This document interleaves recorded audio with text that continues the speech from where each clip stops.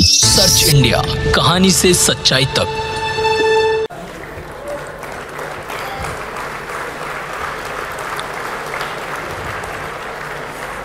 नमस्कार।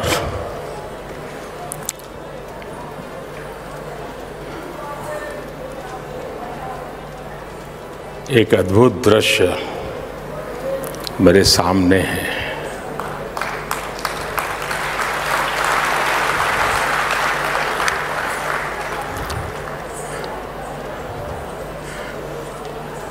भव्य है, विराट है, विहंगम है, और ये आज का ये जो अवसर है, इसके पीछे जो कल्पना है, और आज हमारी आंखों के सामने उस सपने को साकार होते हुए देख रहे हैं, तब मुझे एक प्रसिद्ध कविता की पंक्तियां गुनगुनाने का मन करता है। नया प्रात है, नया प्रात है, नई बात है, नई किरण है, ज्योति नई, नई उमंगे, नई तरंगे, नई आस है, सांस नई। उठो धरा के अमर सपूतों, उठो धरा के अमर सपूतों, पुनः नया निर्माण करो, जन जन के जीवन में फिर से नई स्फूर्ति, नव प्राण भरो।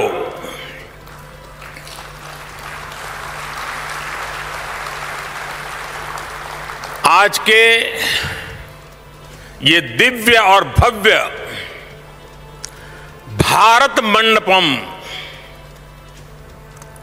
उसे देख करके हर भारतीय खुशी से भर रहा है, आनंदित है और गर्व महसूस कर रहा है। भारत मंडपम आह्वान है भारत के सामर्थ्य का, भारत की नई ऊर्जा का। भारत मंडपम दर्शन है और भारत की भव्यता का और भारत की इच्छा शक्ति का।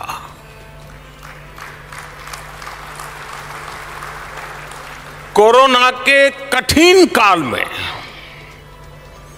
जब हर तरफ काम रुका हुआ था, हमारे देश के श्रमजीवियों ने दिन रात मेहनत करके इसका निर्माण पूरा किया है।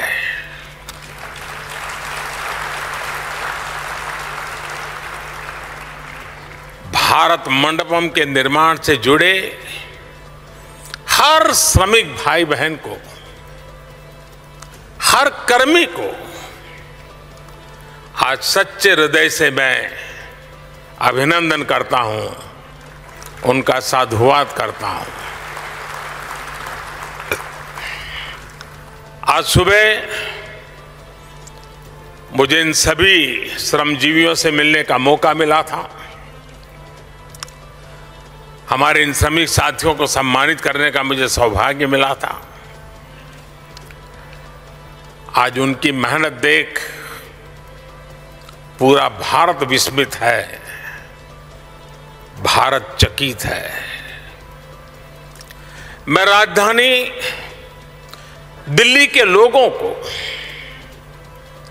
देश के लोगों को इस नए international convention centre Bharat Mandapam की बहुत बहुत बधाई देता हूं। यहां देश के कोने कोने से अतिथि आए हैं, मैं उन सबका हृदय से स्वागत करता हूं। टीवी के माध्यम से, सोशल मीडिया के माध्यम से जो करोड़ों लोग इस वक्त हमारे साथ जुड़े हुए हैं, मैं उनका भी अभिनंदन करता हूं। साथियों, आज का दिन वैसे भी हर देशवासी के लिए बहुत ऐतिहासिक है। आज कारगिल विजय दिवस है।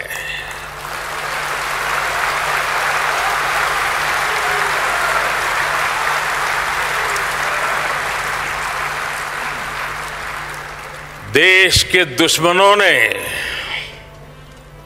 जो दुस्साहस दिखाया था, उसे मां भारती के बेटे बेटियों ने अपने पराक्रम से परास्त कर दिया था। कारगिल युद्ध में अपना बलिदान देने वाले प्रत्येक वीर को मैं कृतज्ञ राष्ट्र की तरफ से श्रद्धांजलि देता हूं। साथियों, भारत मंडपम के इस नाम के पीछे, और जैसा अभी पीयूष जी ने बताया, भगवान बसवेश्वर के अनुभव मंडपम की प्रेरणा है। अनुभव मंडपम यानी वाद और संवाद की लोकतांत्रिक पद्धति। अनुभव मंडपम यानी अभिव्यक्ति, अभिमत। आज दुनिया ये स्वीकार कर रही है कि भारत मदर ऑफ डेमोक्रेसी है।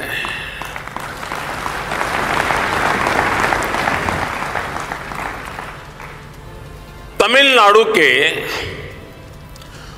उत्तरा मेरूर में मिले शिलालेखों से लेकर वैशाली तक भारत की वाइब्रेंट डेमोक्रेसी सदियों से हमारा गौरव रही है। आज जब हम आजादी के 75 वर्ष होने पर अमृत महोत्सव मना रहे हैं, तो ये भारत मंडपम हम भारतीयों द्वारा अपने लोकतंत्र को दिया एक खूबसूरत उपहार है। कुछ हफ्तों बाद यहीं पर G20 से जुड़े आयोजन होंगे। दुनिया के बड़े बड़े देशों के राष्ट्राध्यक्ष यहां उपस्थित होंगे। भारत के बढ़ते हुए कदम और भारत का बढ़ता हुआ कद, इस भव्य भारत मंडप से पूरी दुनिया देखेगी। साथियों, आज पूरी दुनिया इंटरकनेक्टेड है, इंटरडिपेंडेंट है और वैश्विक स्तर पर विभिन्न कार्यक्रमों और समिट्स की श्रृंखला लगातार चलती रहती है। ऐसे कार्यक्रम कभी एक देश में तो कभी दूसरे देश में होते हैं। ऐसे में भारत में, देश की राजधानी दिल्ली में अंतर्राष्ट्रीय स्तर का एक कन्वेंशन सेंटर होना बहुत ही जरूरी था। यहां जो व्यवस्था थी, जो हॉल थे, वो कई दशक पहले यहां बने थे। पिछली शताब्दी की वो पुरानी व्यवस्था 21वीं सदी के भारत के साथ कदम ताल नहीं कर पा रही थी। 21वीं सदी के भारत में हमें 21वीं सदी की आवश्यकताओं को पूरा करने वाला निर्माण करना ही होगा। इसलिए ये भव्य निर्माण, ये भारत मंडपम आज मेरे देशवासियों के सामने है, आपके सामने है।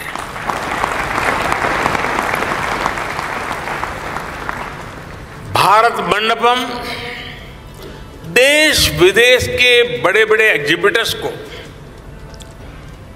मदद करेगा।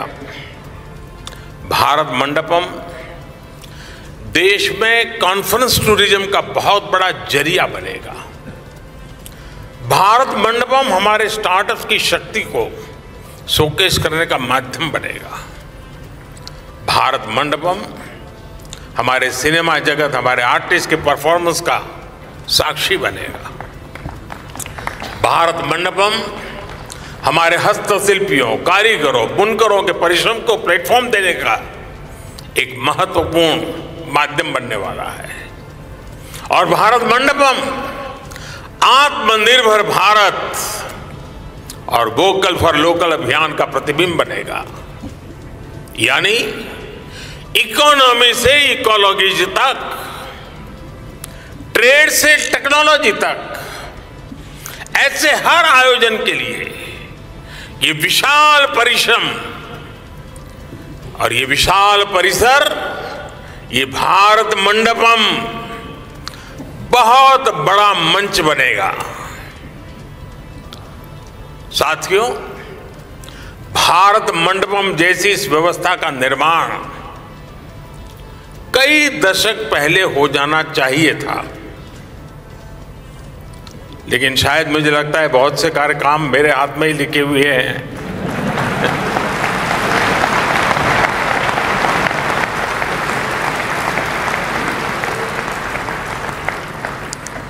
और हम देखें, दुनिया में किसी देश में अगर एक ओलंपिक समिट होता है, पूरी दुनिया में उस देश का प्रोफाइल एकदम से बदल जाता है। आज के विश्व में इन चीजों का महात्म्य बहुत बड़ा हो गया है और देश का प्रोफाइल भी बहुत मायने रखता है। और ऐसी ही व्यवस्थाएं हैं जो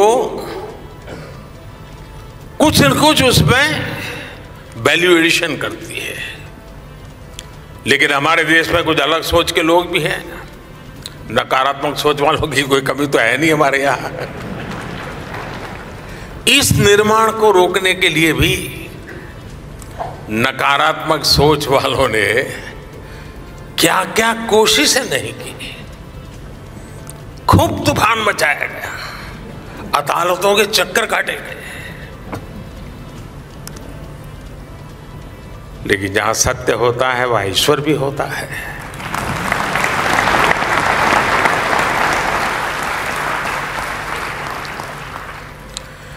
लेकिन अब यह सुंदर परिसर आपकी आंखों के सामने मौजूद है।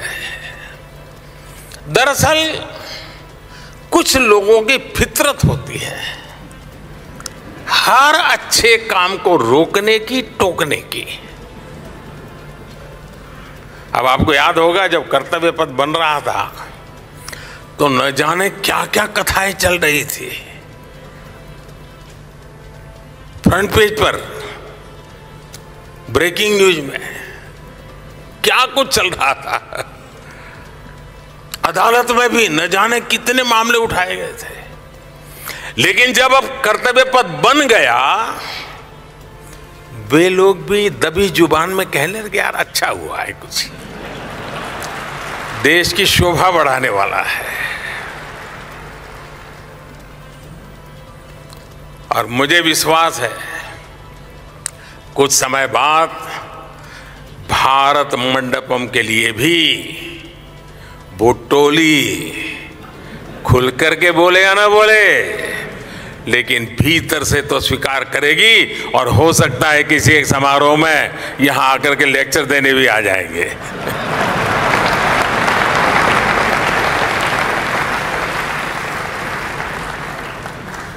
फ्रेंड्स, कोई भी देश हो, कोई भी समाज हो, वह टुकड़ों में सोचकर, टुकड़ों में काम करके आगे नहीं बढ़ सकता। आज एक कन्वेंशन सेंटर, ये भारत मंडपम इस बात का भी गवाह है कि हमारी सरकार कैसे होलिस्टिक तरीके से बहुत दूर की सोचकर काम कर रही है। इस जैसे सेंटर्स में आना आसान हो, देश विदेश की बड़ी बड़ी कंपनियां यहां आ सके, इसलिए आज भारत 160 से ज्यादा देशों को ई कॉन्फ्रेंस वीजा भी की सुविधा दे रहा है। यानी सिर्फ ये बनाया ऐसा नहीं है, पूरी सप्लाई चेन, सिस्टम चेन, उसकी व्यवस्था की है। 2014 में दिल्ली एयरपोर्ट की कैपेसिटी भी सालाना करीब 5 करोड़ यात्रियों को हैंडल करने की थी। आज ये भी बढ़कर सालाना 7.5 करोड़ पैसेंजर हो चुकी है। टर्मिनल 2 और चौथा रनवे भी शुरू हो चुका है। ग्रेटर नोएडा के जेवर में इंटरनेशनल एयरपोर्ट शुरू होने के बाद इसे और शक्ति मिलेगी। बीते वर्षों में दिल्ली एनसीआर में हॉस्पिटैलिटी इंडस्ट्री, होटल इंडस्ट्री का भी काफी विस्तार हुआ है। यानी कॉन्फ्रेंस टूरिज्म के लिए एक पूरा इकोसिस्टम बनाने का हमने बिल्कुल प्लान वे में प्रयास किया है। साथियों, इसके अलावा भी यहां राजधानी दिल्ली में भी बीते वर्षों में जो निर्माण हुए हैं वो देश का गौरव बढ़ा रहे हैं। कौन भारतीय होगा जिसका सर देश की नई संसद देख करके ऊंचा नहीं होगा।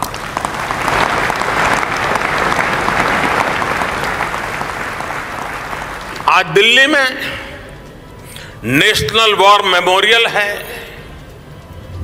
पुलिस मेमोरियल है, बाबा साहब आंबेडकर मेमोरियल है। आज कर्तव्य पथ के आसपास सरकार के आधुनिक ऑफिसेस, दफ्तर, उस पर बहुत तेजी से काम चल रहा है। हमें वर्क कल्चर भी बदलना है, वर्क एनवायरनमेंट भी बदलना है। आप सब ने देखा होगा प्राइम मिनिस्टर्स म्यूजियम से आज नई पीढ़ी को देश के सभी पूर्व प्रधानमंत्रियों के बारे में वहां जानने का मौका मिल रहा है। जल्द ही दिल्ली में, और ये भी आप लोगों के लिए खुशखबरी होगी, दुनिया के लिए भी खुशखबरी होगी, जल्द ही दिल्ली में दुनिया का सबसे बड़ा, और जब मैं कहता हूं दुनिया का सबसे बड़ा, मतलब दुनिया का सबसे बड़ा, दुनिया का सबसे बड़ा म्यूजियम युगे युगीन भारत भी बनने जा रहा है।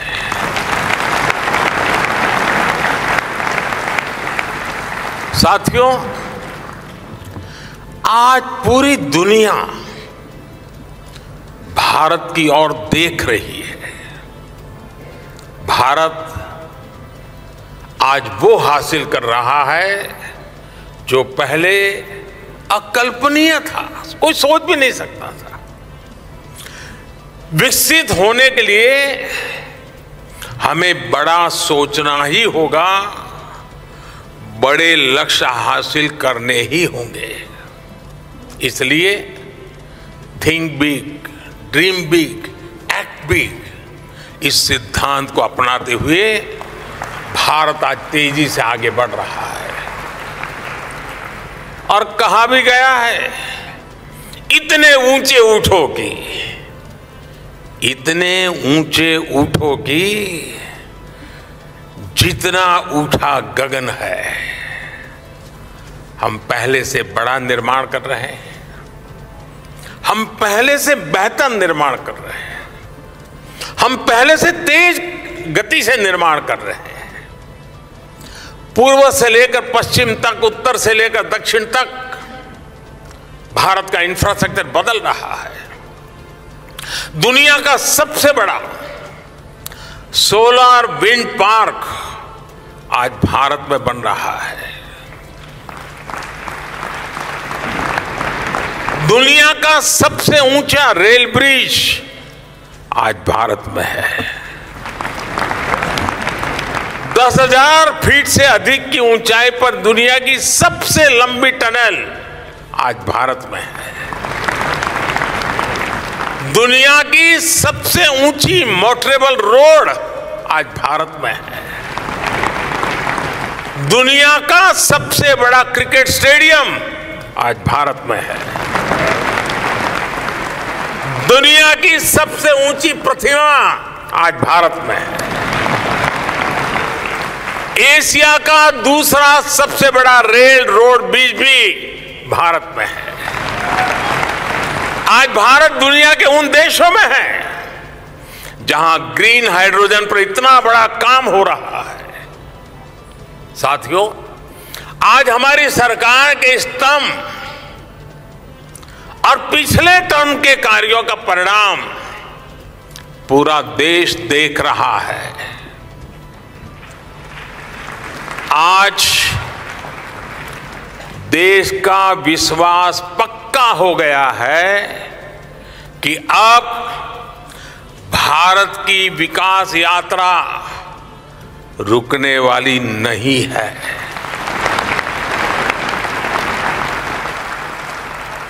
आप जानते हैं कि हमारे पहले टर्म की शुरुआत में भारत वर्ल्ड इकोनॉमी में 10वें नंबर पे था। जब मुझे आप लोगों ने काम दिया तो हम अब 10 नंबर ही थे।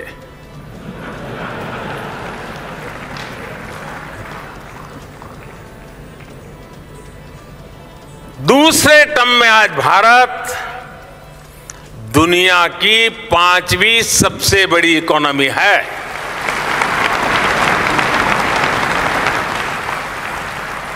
और ये ट्रैक रिकॉर्ड के आधार पर, बातों बातों में नहीं, ट्रैक रिकॉर्ड के आधार पर मैं कह रहा हूं,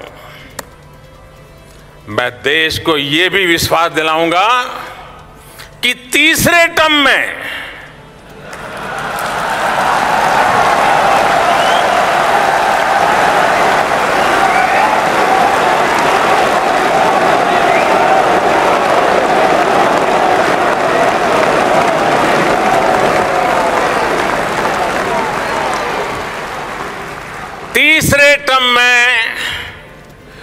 दुनिया की पहली 3 इकोनॉमीज में एक नाम भारत का होगा।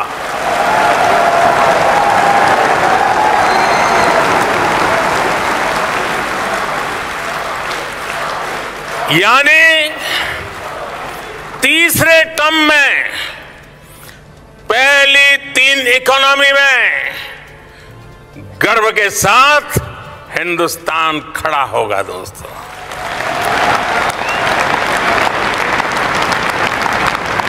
थर्ड टर्म टॉप 3 इकोनॉमी पे पहुंच के रहेगा भारत, और ये मोदी की गारंटी है।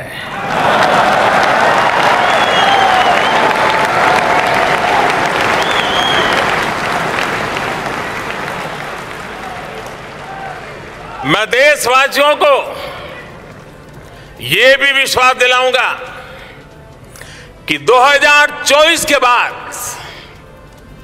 हमारे तीसरे टर्म में देश की विकास यात्रा और तेजी से बढ़ेगी।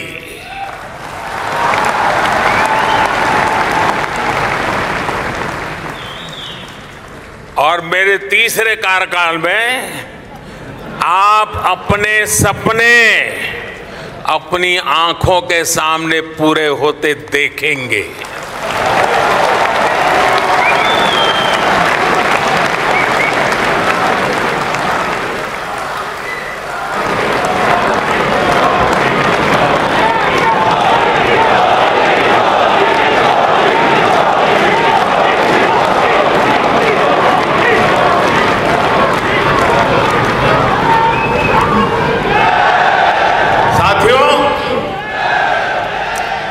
आज भारत में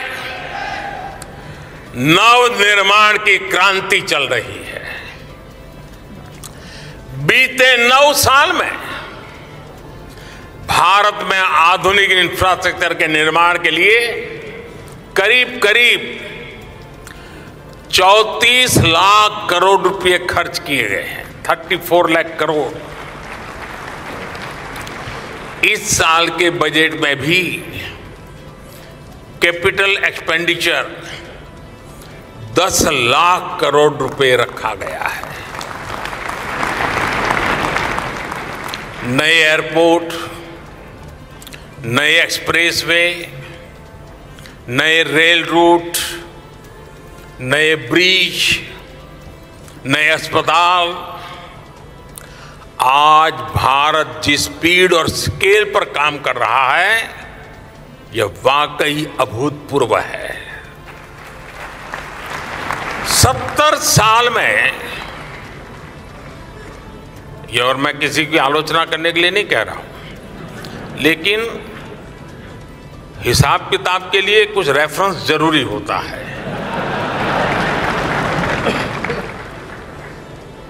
और इसलिए मैं उस रेफरेंस के आधार पर बात कर रहा हूं।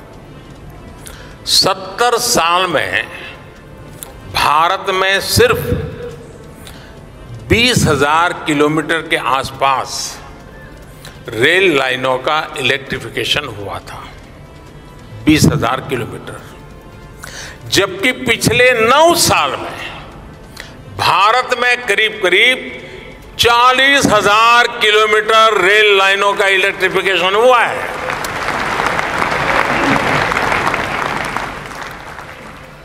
दो 2014 से पहले हमारे देश में हर महीने सिर्फ 600 मीटर, किलोमीटर मत समझना, सिर्फ 600 मीटर नई मेट्रो लाइन बिछाई जा रही थी। आज भारत में हर महीने 6 किलोमीटर नई मेट्रो लाइन का काम पूरा हो रहा है।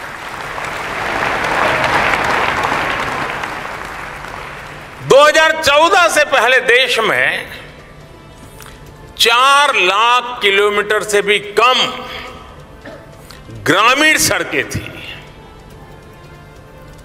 आज देश में 7.25 लाख किलोमीटर से भी ज्यादा ग्रामीण सड़कें हैं।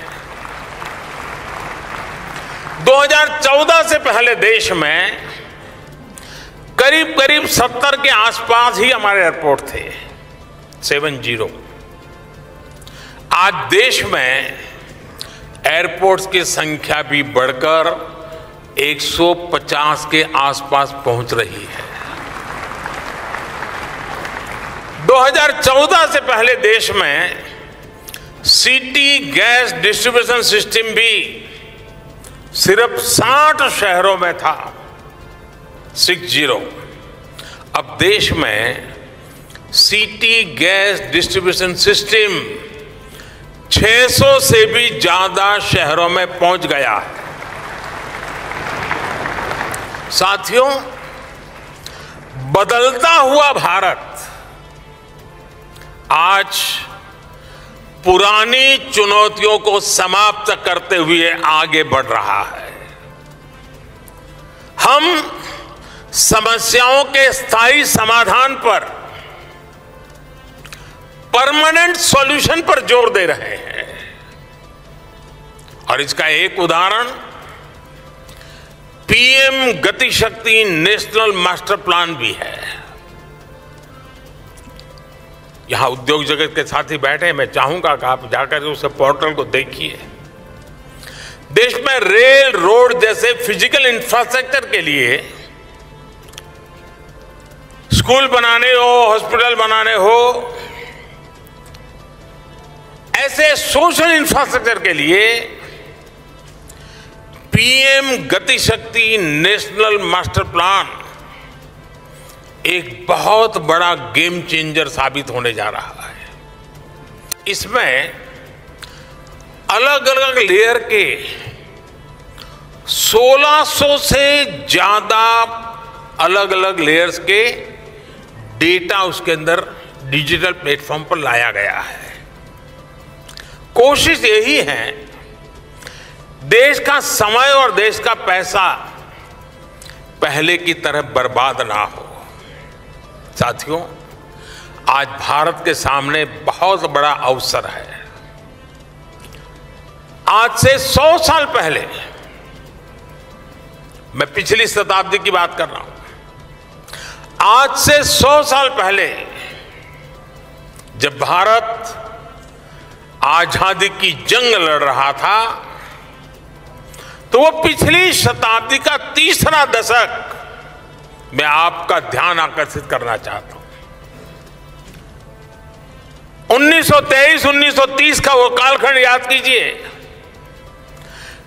पिछली शताब्दी का तीसरा दशक भारत की आजादी के लिए बहुत अहम था। इसी प्रकार 21वीं सदी का ये तीसरा दशक भी उतना ही महत्वपूर्ण है। पिछली शताब्दी के तीसरे दशक में ललक थी, लक्ष्य था स्वराज्य का।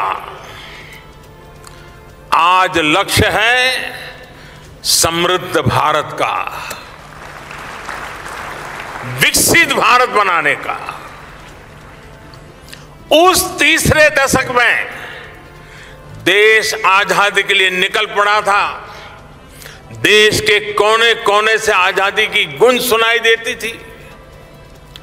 स्वराज आंदोलन की सभी धाराएं, सभी विचार, चाहे वो क्रांति का मार्ग हो या असहयोग का मार्ग हो, सारे मार्ग पूर्ण रूप से जागरूक थे, ऊर्जा से भरे हुए थे। इसी का परिणाम था कि इसके 25 साल के भीतर भीतर देश आजाद हो गया।